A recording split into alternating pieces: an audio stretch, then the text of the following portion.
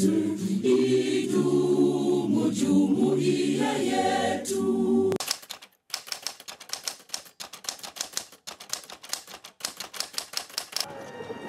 Utangamano unaojitokeza mipakani katika eneo la pwani ni picha halisi ya jinsi utangamano wa mataifa ya ukanda wa Afrika Mashariki unadhamiriwa kuwa.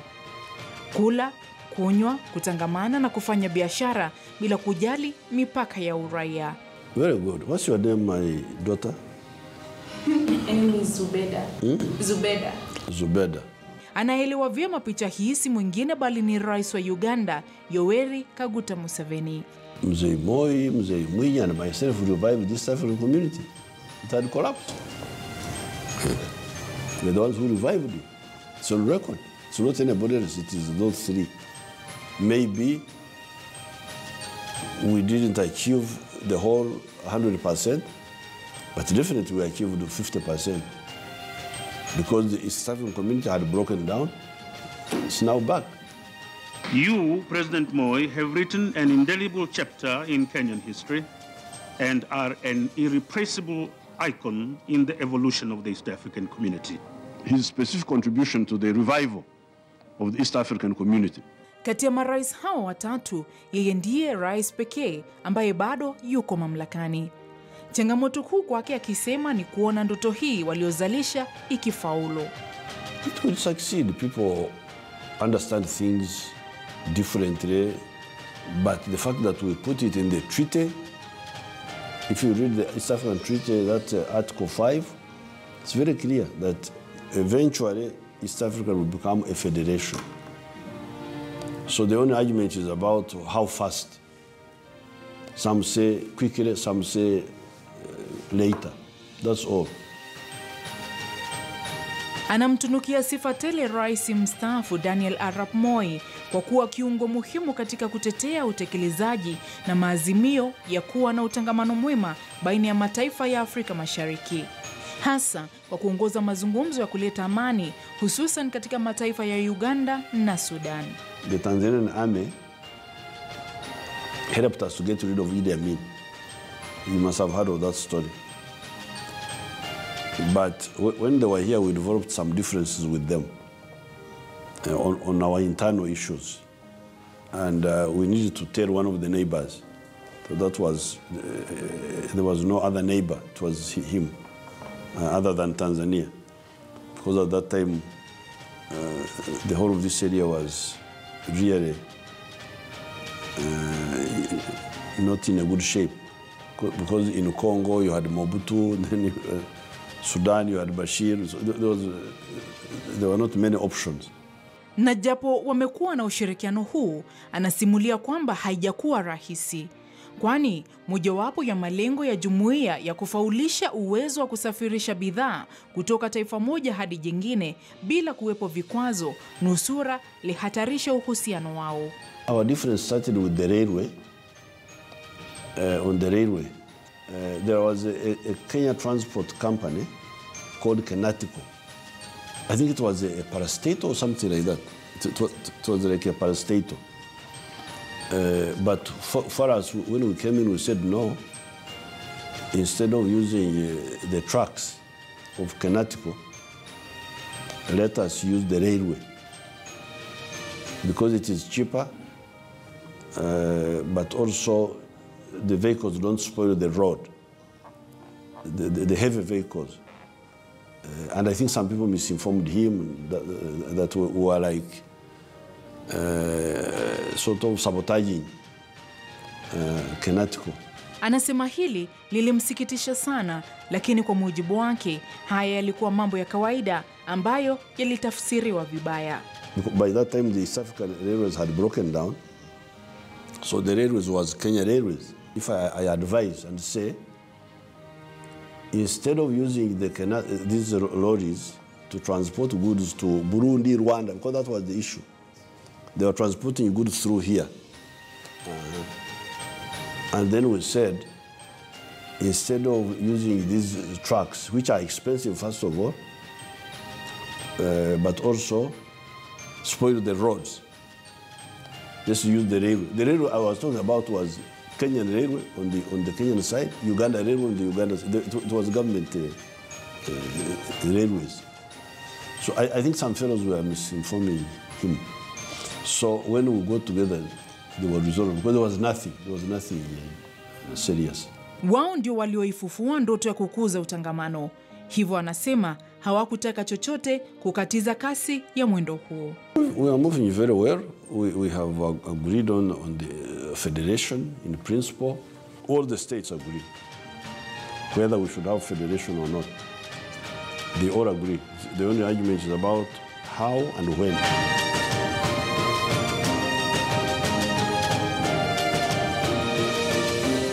Safari yenyewe ilianza mwaka 1900 ambapo Mombasa iliteuliwa kuwa kituo cha kukusanya ushuru wa forodha wa Uganda. Na mwaka 1905 bodi ya sarafu ikaanzishwa ili kutoa sarafu moja iliyotumika Kenya na Uganda. Mwaka 1917 umoja wa forodha ukaanzishwa baina ya Kenya na Uganda, na kisha mwaka 1922 taifa la Tanzania ambalo wakati huo lilijulikana kama Tanganyika likajiunga. Meja Jenerali mstaafu Geoffrey Okanga ni balozi wa Kenya nchini Uganda. The aim of integration is to bring the countries together and merge various systems in those countries. They are to merge monetary systems, movement of people, and even custom union provisions so that they can work together as one unit. But we are not talking about killing the units themselves immediately. It will take some time before the units disappear. So we say it's a salad ball model where you want to continue to see your onion and your tomato in the salad as opposed to a soup as in the American system.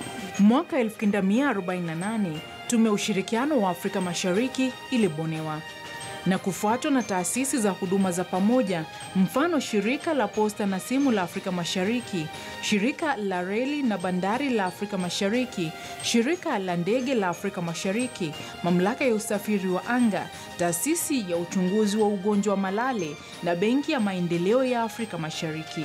Mashirika haya yalianzishwa mwaka 1961. To keep in mind, the East African community had been there earlier, and even as early as colonial time, 1956.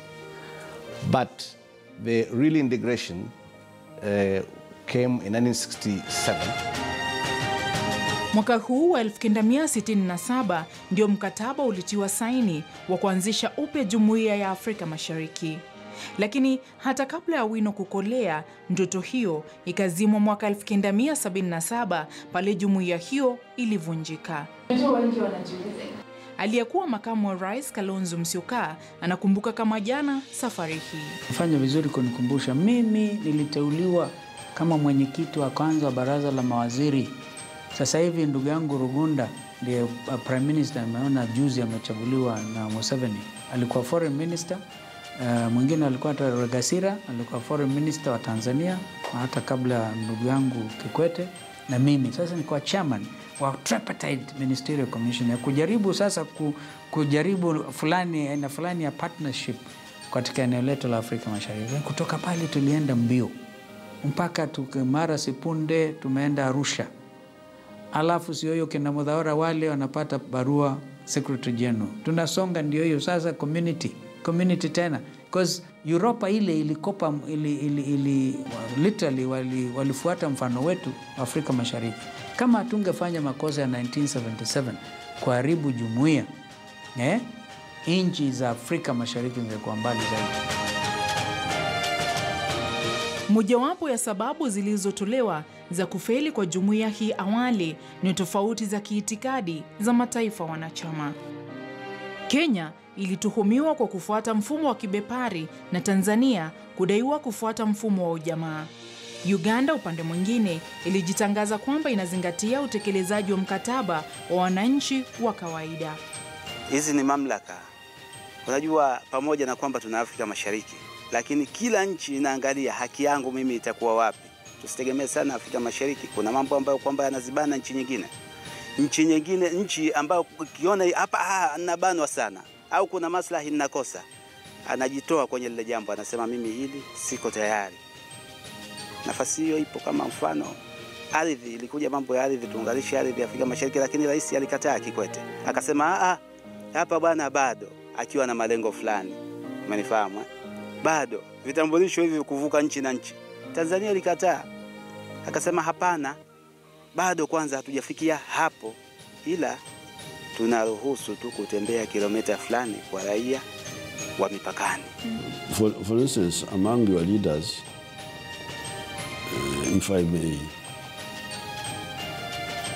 interfere in your affairs of Kenya, you had some of your leaders, I don't want to mention names, who were looking to Europe.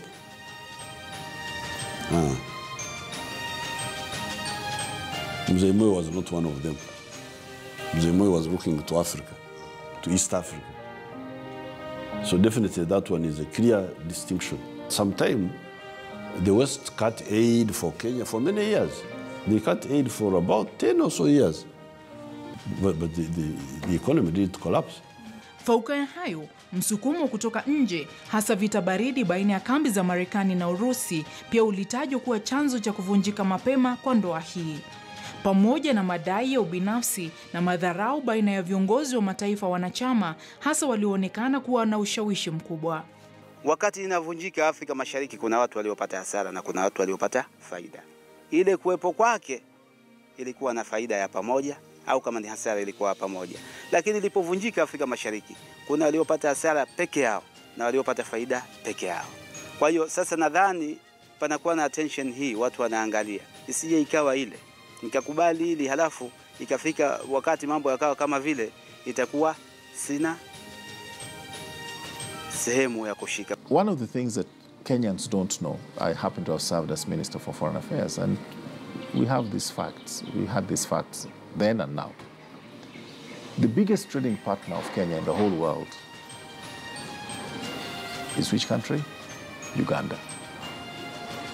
In fact, at the time when I was in government, our exports to Uganda, our trade with Uganda, was worth 45 billion Kenya shillings.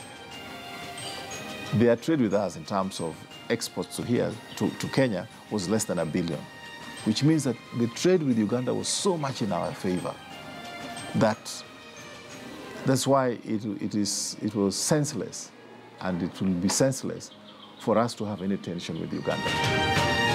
Kuzuka kwa utawala wa kijeshi wa Idi Amin Dada nchini Uganda pia kulitajwa kuwa chanzo cha kusambaratika kwa jumuiya hii. Kando na madai ya kutoshirikishwa ifaavyo kwa sekta ya binafsi na asasi za kiraia katika maamuzi ya jumuiya. Isiwe kila siku tunakaa tu vikao, kwa sababu kwenye vikao tunatumia hela. Tuna wabunge wa Afrika Mashariki wanatumia hela. Tuna mawaziri wanatumia hela. Tuna wanasheria wanatumia hela. Sasa lakini hizi hela zinatumika, je, wanafanya kazi ipi kwa wananchi? Inaonekana. Nadhani wakati wanafanya ile maandalizi walifanya ambavyo kwanza walikuwa hawajajikita kwanza kuchukua maoni ya wananchi, ili tutengeneze Afrika Mashariki ya aina gani. Lingine lililosababisha ubishi ni ukosefu wa maelewano baina yao kuhusu mbinu za kugawana faida zilizotokana na mashirika ya huduma yaliyomilikiwa kwa pamoja. Kusambaratika kwa jumuiya hii kulisababisha kuvunjika kwa utoaji wa huduma za pamoja, uhuru wa uraia wa Afrika Mashariki kutembeleana bila vikwazo ukapotea, vikwazo vya kufanya biashara vikaongezeka, ushindani hasa wa kibiashara ukasababisha hali ya kutoaminiana baina ya mataifa haya, pamoja na kuzuka kwa hujuma na mivutano ya kisiasa. Yote haya yakisababisha pigo la uhusiano mwema baina ya mataifa haya pamoja na ukosefu wa ajira. Kilichokoseka ndani ya Afrika Mashariki, bado hatujakuwa kama tulizungumzalo, hatujakuwa kama Afrika Mashariki. Naona kuna ukosefu wa imani. Tuko na shida kubwa sana. Hao watu yetu walienda wakakubaliana kufanya maneno ya East Africa, lakini wanatufinya sisi wananchi. Kwa hivyo mimi mambo ya East Africa hiyo iko Nairobi au iko Kampala, lakini kwa boda hakuna East Africa kwa boda. Mimi kwanza ni mfanyabiashara. Jumuiya ya Afrika Mashariki, mimi naona wenzetu ambao tuko nao kwenye jumuiya wanafaidika kuliko sisi. Kwa sababu kwanza kabisa serikali yetu haijajipanga vizuri. Hii jumuiya umoja wa Afrika Mashariki inaunga mkono. Mwingiliano ndio unajenga nchi. Bila mwingiliano hapa sidhani kama nchi yetu zitaendelea. Angalia Marekani ilivyo na immigrant wengi sana. Marekani imejengwa na watu kutoka mataifa mbalimbali. Kwa hiyo tusiweke mipaka ya kazi. Ili kuliokoa dau hili la utangamano,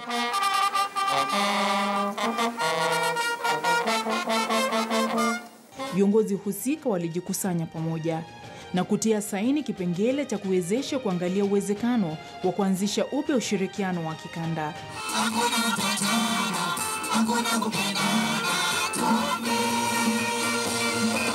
Mkataba wa kugawana mali na madeni ya ilokuwa Jumuiya ya Afrika Mashariki ukawekwa saini mwaka 1984. Tutajitahidi majadiliano yaende kwa kasi zaidi pamoja na utekelezaji wa makubaliano.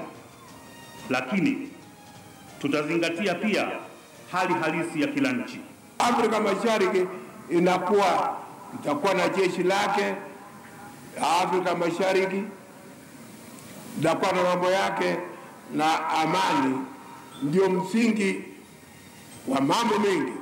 Jumuiya inatuwezesha kuwa na soko moja. Kwa hiyo inatuwezesha kuweza kudumisha biashara zetu za aina mbalimbali. Sisi wananchi wa kawaida tunashindwa kuelewa kwamba huu muungano wameuunganishaje. Jumuiya yenyewe haijahusishwa sana kwa wananchi. Yaani Jumuiya ya Afrika Mashariki inaonekana kama ni viongozi. Wanapokutana wale ni wanakutana marais katika ukumbi, wanazungumza, anaenda tunafanya kuona kwenye magazeti. Magari za Uganda zikiingia Kenya, kufika huko mbele mapolisi, KRA, AP wote wanazisumbua sana, na hizo zote ni gari za East Africa. Na za Kenya zikienda Uganda hakuna mtu anasumbua. Sasa sisi tunashindwa, maana ya East Africa iko kwa makaratasi au iko kwa vitendo? Katika biashara hizi bidhaa ambazo zinatoka ndani ya East Africa, sisi wafanyabiashara wa Tanzania tunaenda kununua bidhaa kule, kwa mfano labda Kenya. Unanunua, unapewa ile invoice. Invoice ile unakuja kuiloji kwenye TRA ili waweze kukupatia mahesabu yako labda ya ushuru. Kitu ambacho wenzetu kule Kenya kinachukua siku moja unapata tayari dokumenti zako, unaenda unapakia mzigo. Lakini sisi inachukua muda mrefu, karibu wiki 3, wiki 4, na unakuta biashara ni season. Wananchi bado hawajapata ule mwamko. Kwa hiyo ilitakiwa kwanza wapate elimu, na elimu yenyewe sio kupigia kwenye majukwaa na kwenye redio na kwenye magazeti. Ilitakiwa ishuke kwa viongozi wa serikali za mitaa. Na lieleweshwe zaidi kwa vijana ambao wao ndio wanaweza kutumia fursa. Zinaweza zikawa ni fursa za ajira, zinaweza zikawa ni fursa za elimu, zinaweza zikawa katika fursa za mambo mbalimbali. Na ndio maana hata ukiangalia katika kura za maoni zilizofanyika kule nchini Uingereza, za Waingereza kupiga kura za maoni za kuamua kubaki kwenye Jumuiya ya Afrika, kubaki kwenye Jumuiya ya Ulaya ama kutoka, unaweza ukaona kundi kubwa la vijana wao walikuwa wanataka Uingereza ibaki, na kundi kubwa la wazee wao walikuwa wanaona ni sawa tu kwa Uingereza kutoka. Hii inaleta picha kwamba vijana wanatambua kwamba kuna fursa nyingi ambazo wao wanaweza wakazitumia, iwe ajira, iwe elimu, iwe matembezi, iwe ni mambo mengine, tofauti na wazee ambao wanaona wao sasa wanaishi sasa kwa kutumia pension na hawana tena uwezo na nguvu za kuweza kuzunguka kutafuta fursa za kibiashara, za ajira na elimu na vitu kama hivyo.